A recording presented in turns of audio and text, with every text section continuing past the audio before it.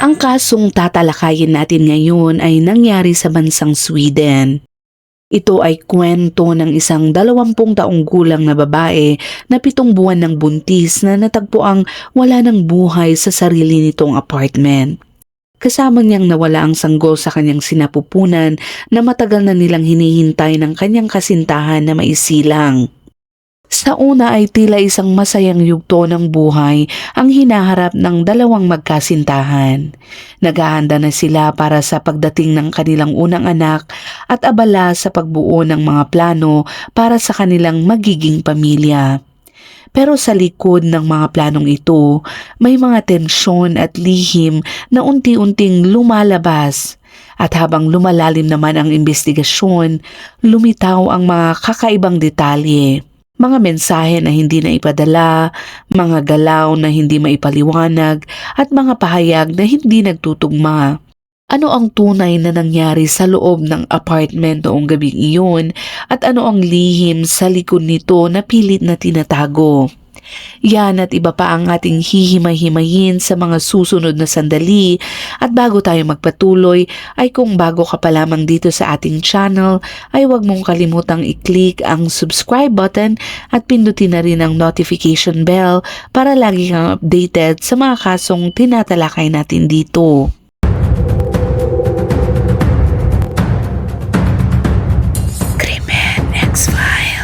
Simulan natin ang kasong ito noong ika-29 ng Abril taong 2023 ng 1:00 ng hapon.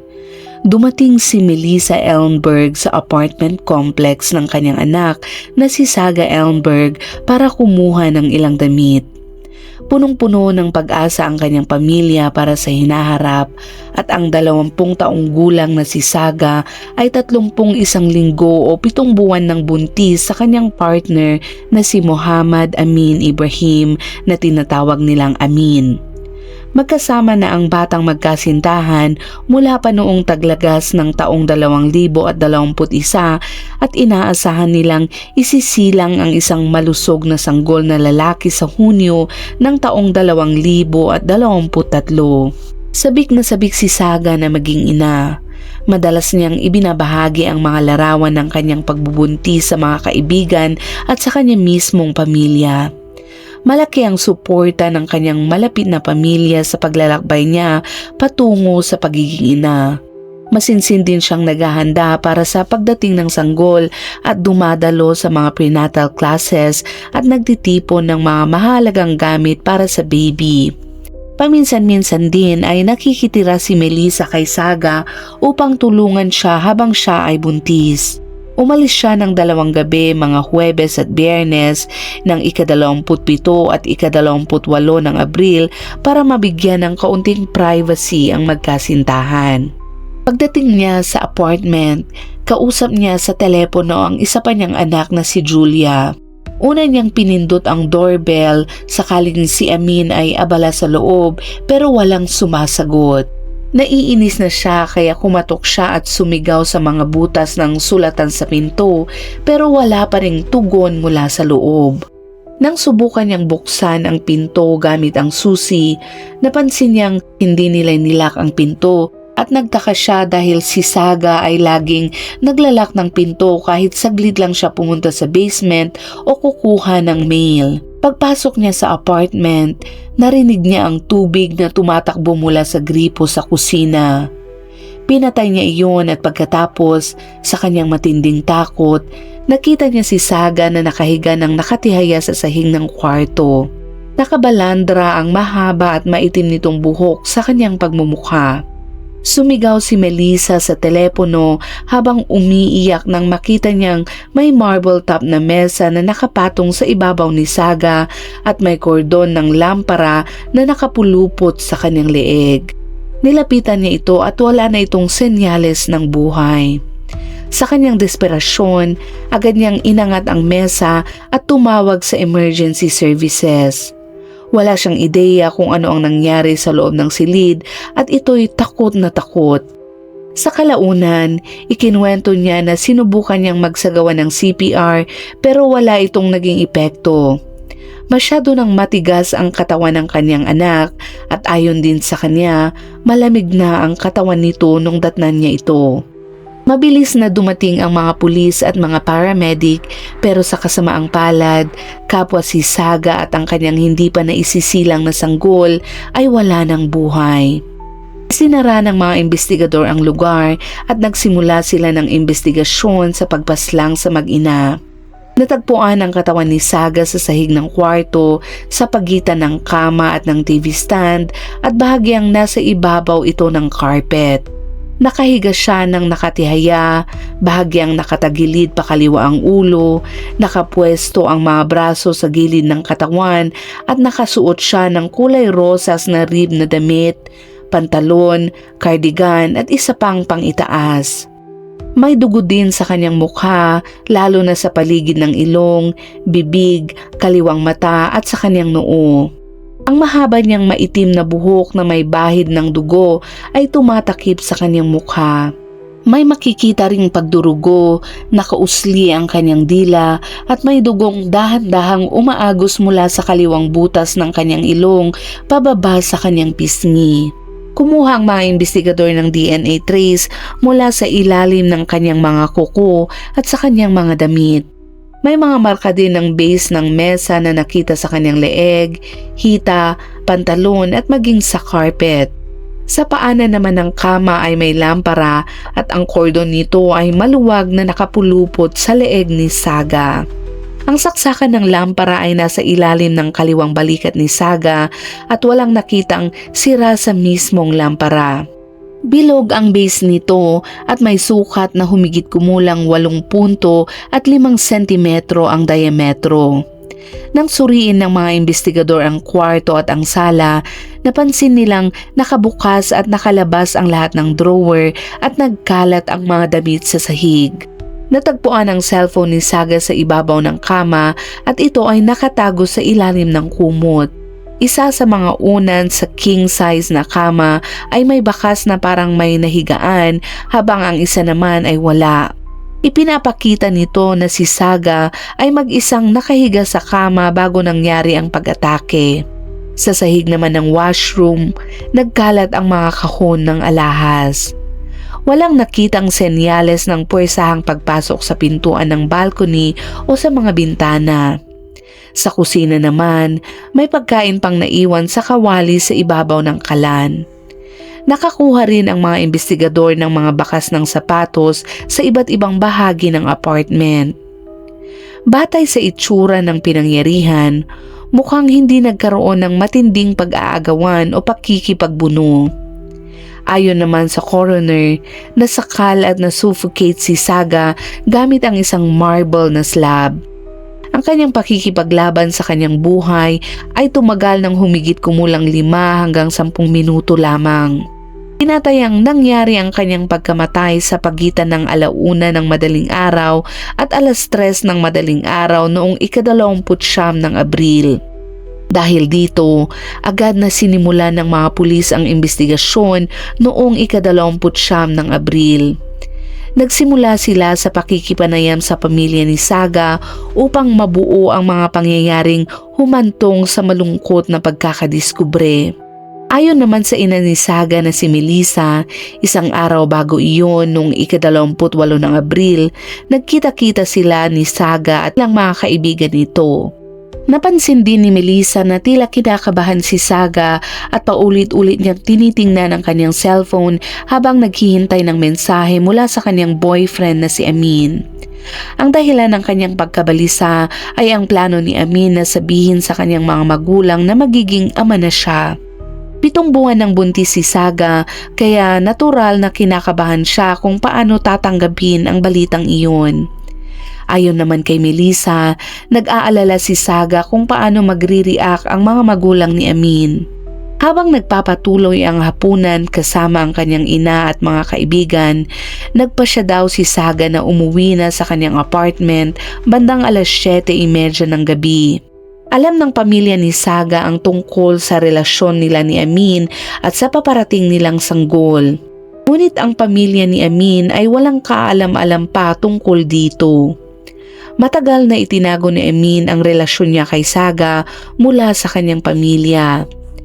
Dumating sila sa Sweden bilang mga refugee mula sa Somalia noong siya ay bata pa. Ang kanyang pamilya ay debotong Muslim habang si Saga naman at ang kanyang pamilya ay mga Kristiyano.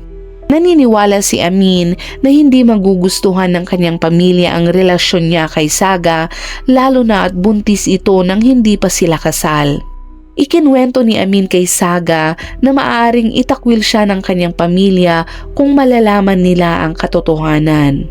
May mga usap-usapan din na habang may relasyon siya kay Saga, nakikipagkita rin siya sa ibang mga babae pa. Nang malaman ni Saga na siya ay buntis, sinubukan muna ni Amin na hikayatin siyang huwag ituloy ang kanyang pagbubuntis dahil natatakot siya sa magiging reaksyon ng kanyang pamilya. Ngunit matatag si Saga sa kanyang desisyon na ituloy ang kanyang pagbubuntis at sinabi pa niyang kaya niyang palakihin ang bata mag-isa kung kinakailangan. Noong inanunsyo niya sa kanyang pamilya ang kanyang pagbubuntis noong Oktubre ng nakaraang taon, masaya sila at handang suportahan ang kanyang desisyon. Nagbigay din ng payo ang kanyang lola at sinabi nitong pag-isipan niyang mabuti kung paano nila haharapin ng kanyang sanggol ang hinaharap, lalo na sa kasalukuyang kalagayan niya sa pera at kung handa ba ang kanyang boyfriend na gawin ang susunod na hakbang at suportahan sila bilang kanyang isang pamilya. Nagpahayag din ang kanyang lola ng pag-aalala dahil magkaiba ang kultura ni Amin kumpara sa kinalakihang Swedish na kultura ng kanyang pamilya. Sa paglipas ng panahon, tila tinanggap na rin ni Amin ang pagbubuntis ni Saga. Pumayag din siyang lumipat ito sa isang bago at mas malaking apartment sa 2 ng Mayo taong 2023 at siya ang sasagot daw ng upa. Napansin din ni Melissa na kahit halos 2 taon nang magkasintahan sina Saga at Amin, 3 beses pa lamang niya na nakilala ng personal si Amin. Nakapagtataka iyon lalo na at 7 buwan ng buntis ang kanyang anak sa sanggol nito noong mangyari ang trahedya. Naalala rin ni Melissa na minsan ay narinig daw niya ang isang pag-uusap sa telepono ni Saga at Amin. Dito ay kinumpronta ni Saga si Amin matapos may isang babae na nagngangalang Diana ang nagsabi na hiniling daw ni Amin sa kanya na sipain ang tiyan ni Saga para magdulot ng pagkalaglag ng sanggol. Bukod pa dito, nang makausap ni Diana si Saga, sinabi nito na may relasyon siya kay Amin. Nagawa namang pakalmahin ni Amin si Saga at pinaniwala niya ito na hindi totoo ang mga paratang. Dahil sa mga pangyayaring iyon, nang madiskubre ni Melissa ang pagkamatay ng kanyang anak, agad niyang hiniling sa mga pulis na kausapin at imbestigahan si Amin. Unang ginawa ng mga pulis ay buuin ang timeline ng mga pangyayari. Noong 27 hanggang 28 ng Abril, nag-leave si Amin sa trabaho dahil sa sakit.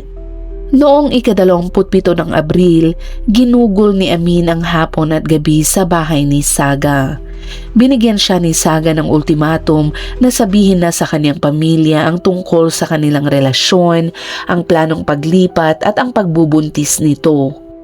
Noong 28 ng Abril, nag-absent din si Saga sa trabaho dahil sa sakit.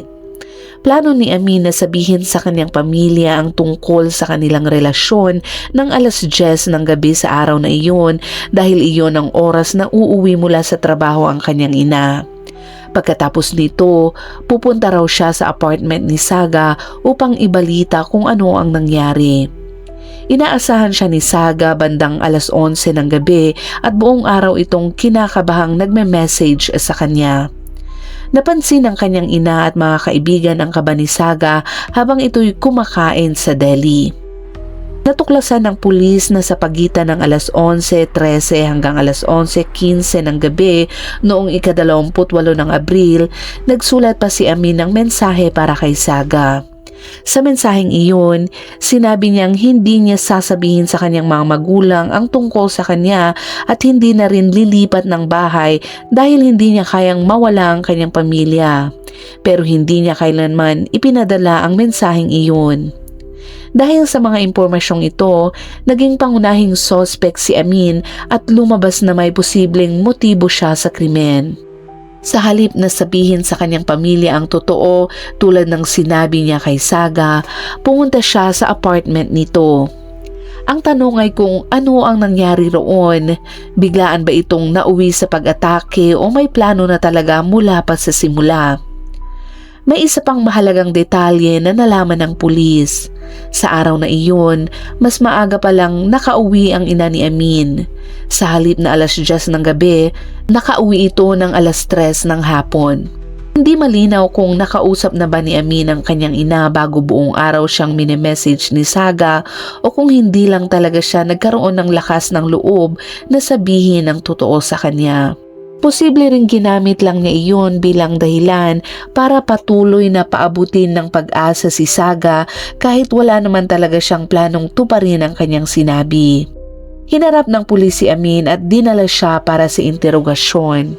Noong una siyang ipaalam na may nangyaring pagpatay sa isang apartment sa Kumskatin 36B na siyang tirahan ni Saga, nanatiling kalmado si Amin at nagbiro pa sa mga investigador. Napansin ng pulis na kakaiba ang kanyang reaksyon dahil hindi man lang niya nabanggit na doon nakatira ang kanyang nobya. Nagkunwari pa siyang hindi niya kilala ang lugar at nagtanong pa siya kung sino ang namatay doon. At pagkatapos, bigla niyang tinanong ang pulis kung paano naman daw siya makakapatay ng isang tao noong nakaraang araw. Nang sabihin sa kanya na ang babaeng si Saga ang namatay, agad niyang iginiit na wala siyang kinalaman sa pagkamatay nito. Sinabi rin niya na may alibay siya noong gabing iyon at huli niya raw nakita si Saga noong 27 ng Abril.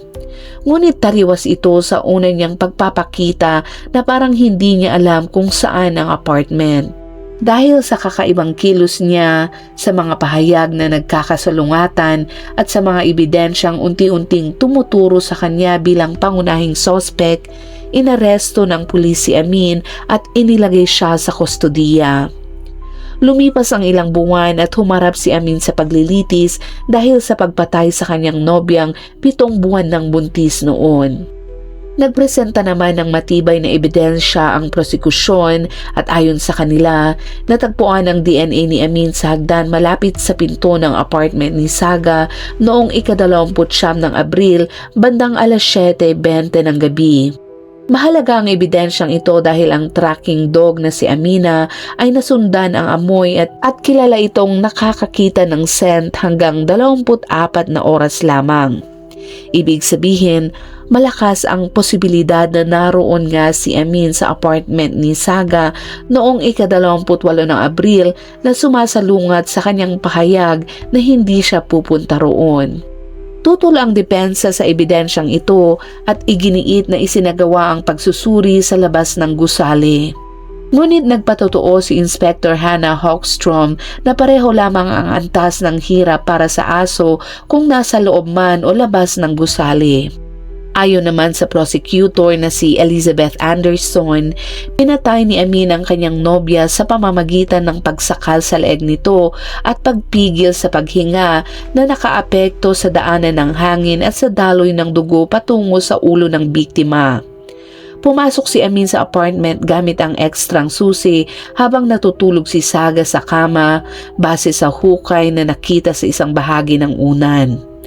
Inatake niya ito at nauwi sila sa sahig sa tabi ng kama. Sa simula, malamang na ginamit niya ang kordon ng lampara. Pagkatapos nito, kinaladkad niya ang marble tabletop na may bigat na 30 kilo o 66 na libra at itinulak ito laban sa leeg ni Saga. Piniga ang paghinga nito gamit ang kanyang sariling bigat. Dahil 7 buwan ng buntis si Saga, mahirap para sa kanya na makabangon sa ilalim ng mabigat na mesa. Naiwan pa ang mga marka ng mesa sa kanyang leeg at hita. Tinatayaring nakipaglaban siya para mabuhay ng humigit kumulang 5 hanggang 10 minuto bago siya tuluyang mawalan ng buhay. Pagkatapos nito, inayos ni Amin ang lugar upang magmukhang ibang uri ng krimen. Hinugot niya ang mga drawer sa kwarto at ikinalat ang mga alahas sa sahig upang magmukhang pagnanakaw ang nangyari.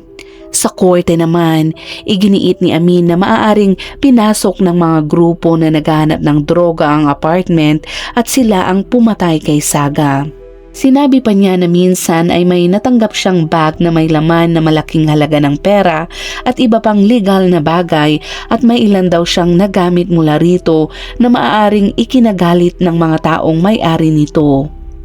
Nang harapin daw siya ng grupo, itinuro ni Amin ang apartment ni Saga. Pero ayon sa kanya, hindi raw alam ng mga ito na may nagamit na siyang ilan sa laman ng bag. Ikinuwento niya na malamang ay pinasok ng grupo ang apartment ni Saga at pinatay ito nang mapansin nilang may nawawala sa kanilang mga gamit. Pero hindi ito tumugma sa mga natuklasan ng district court. Kung talagang natatakot si Amin sa grupo, hindi siya mamumuhay ng normal at lantad sa sarili niyang tirahan. Wala ring anumang lead, DNA o forensic evidence na nag-uugnay sa sinasabing mga iligal na gamit sa krimen. At kung talagang may ganitong mga bagay, tanging ang gumawa ng krimen ang makakaalam kung saan eksaktong makikita ang mga iyon. Ayon kay Amin, wala raw alam si Saga tungkol dito. Kaya nagtanong ang mga investigador kung bakit hindi naman mukhang totoong sinalanta ang apartment kung may naghahanap nga ng mga gamit.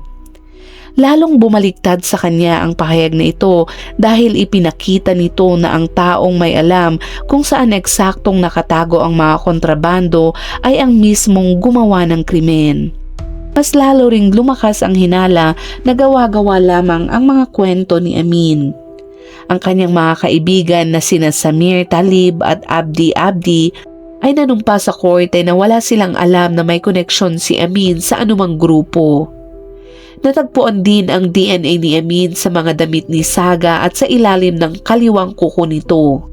Ipinaliwanag din ni Amin na nagkaroon sila ng pagtatalik noong ika-27 ng Abril kaya raw naroon ang kanyang DNA dahil sa matinding sandali nilang iyon sa loob ng apartment.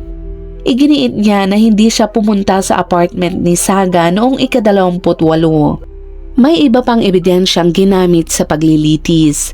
Kabilang dito ang mga phone record mula Nobyembre ng taong 2022 na nagpapakita na hiniling ni Amin kay Diana Hussein na sipain ang tiyan ni Saga upang magdulot ng pagkalaglag ng sanggol. Lumabas din sa record ng cellphone ni Amin na naghanap siya sa internet tungkol sa kung maaari bang mamatay ang sanggol sa sinapupunan dahil sa pagsipa. Isa sa pinakamahalagang detalye ay ang mga mensahe na ipinadala ni Saga at Amin sa isa't isa sa araw na namatay si Saga.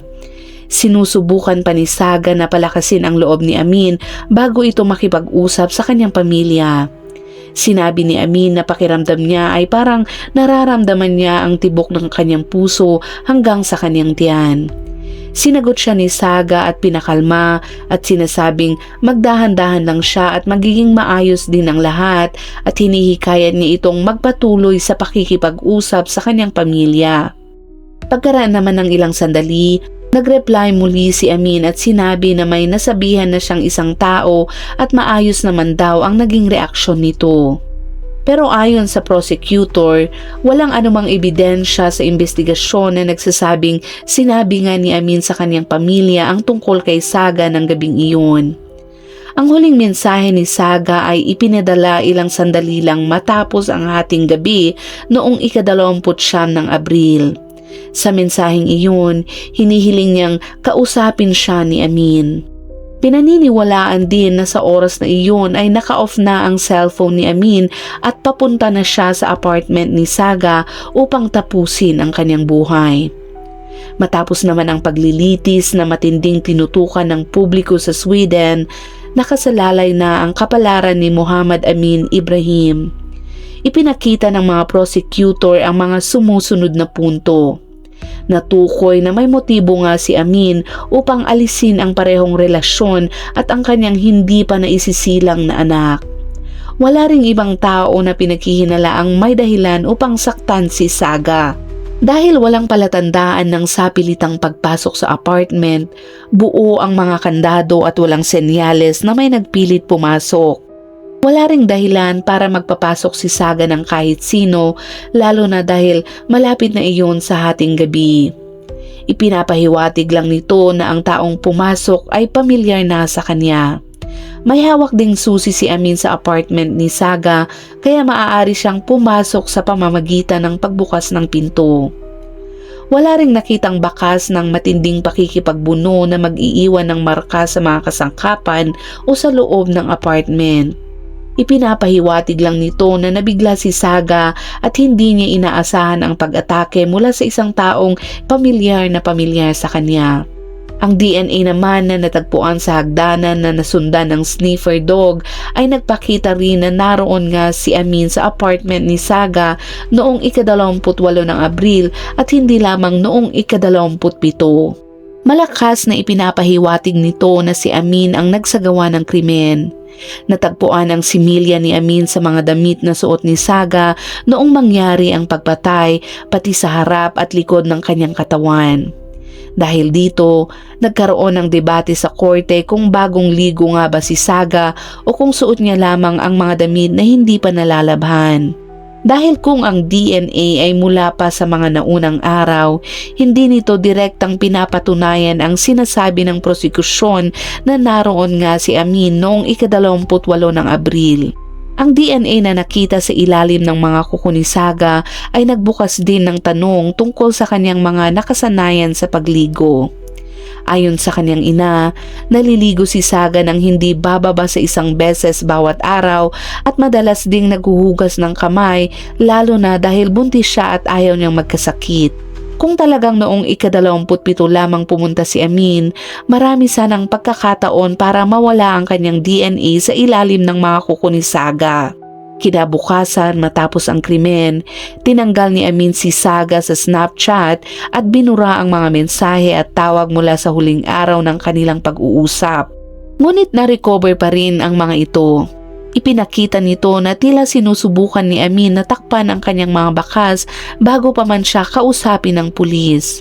Malinaw ding nakuha ng mga investigador ang aktibidad ng cellphone ni Saga noong araw bago siya namatay, ngunit iba ang kwento pagdating sa paraan kung paano ito nangyari.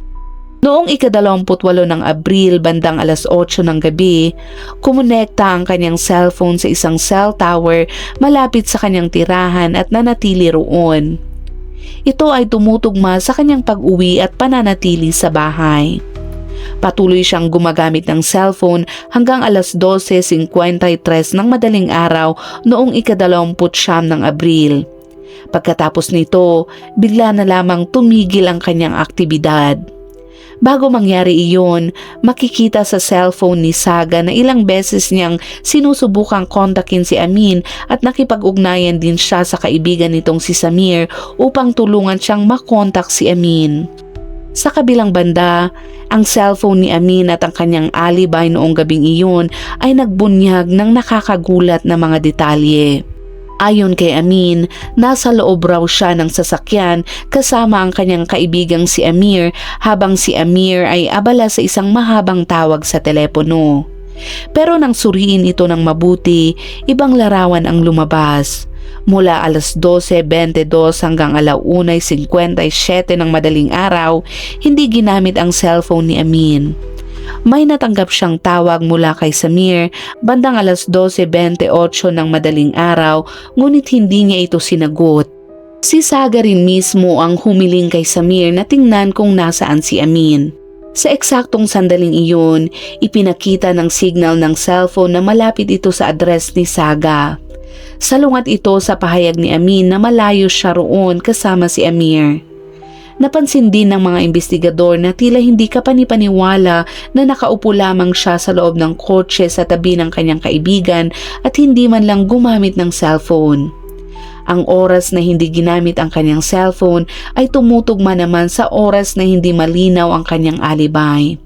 Nagbigay ito ng pagkakataon para magawa ang krimen sa pagitan ng 12:28 hanggang 3:30 ng madaling araw.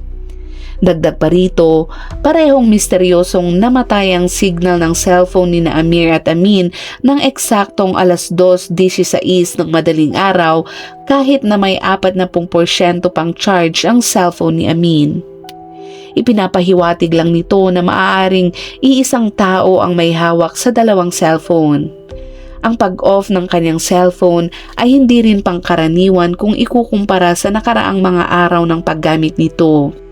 Sa unang interogasyon pa lamang, agad nang sinabi ni Amin na may alibay siya noong gabi ng ika-28. Kakaiba ito dahil hindi pa man siya tinatanong tungkol dito, nagpapahiwatig na siya na maaaring napag-isipan na niya ng maaga kung ano ang sasabihin kapag kinausap siya ng pulis.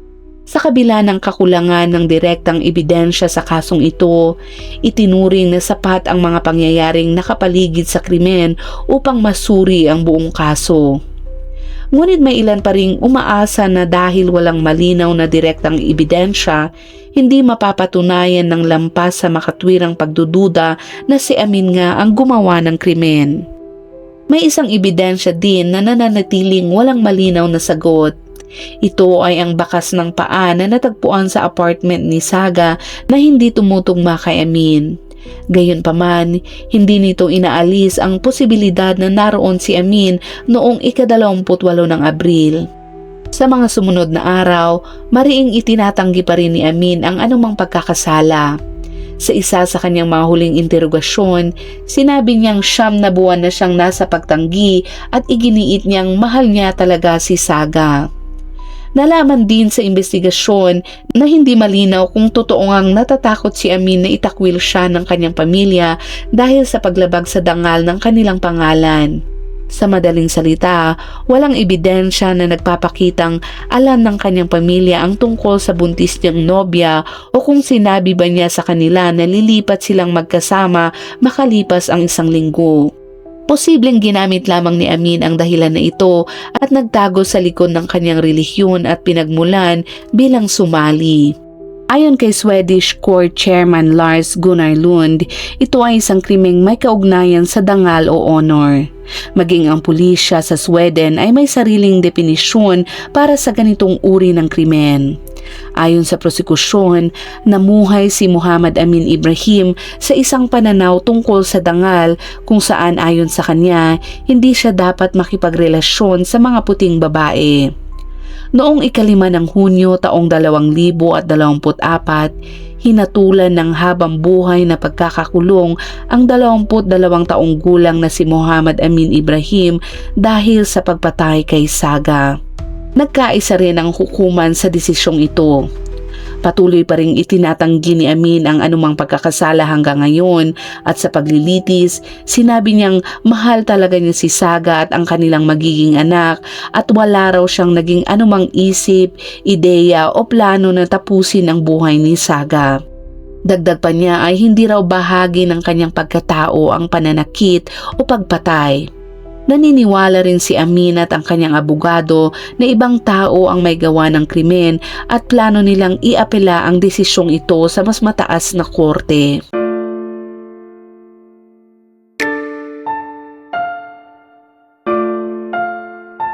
At dyan nagtatapos ang kasong tinalakay natin ngayon. At gaya ng dati, kung umabot ka sa dulo ng videong ito, huwag mong kalimutang ilagay naman sa comment section ang iyong saloobin at ilagay mo na rin kung anong oras at saan mo ito napanood para naman alam namin kung saan umabot ang videong ito. Hanggang sa muli at palaging mag-iingat.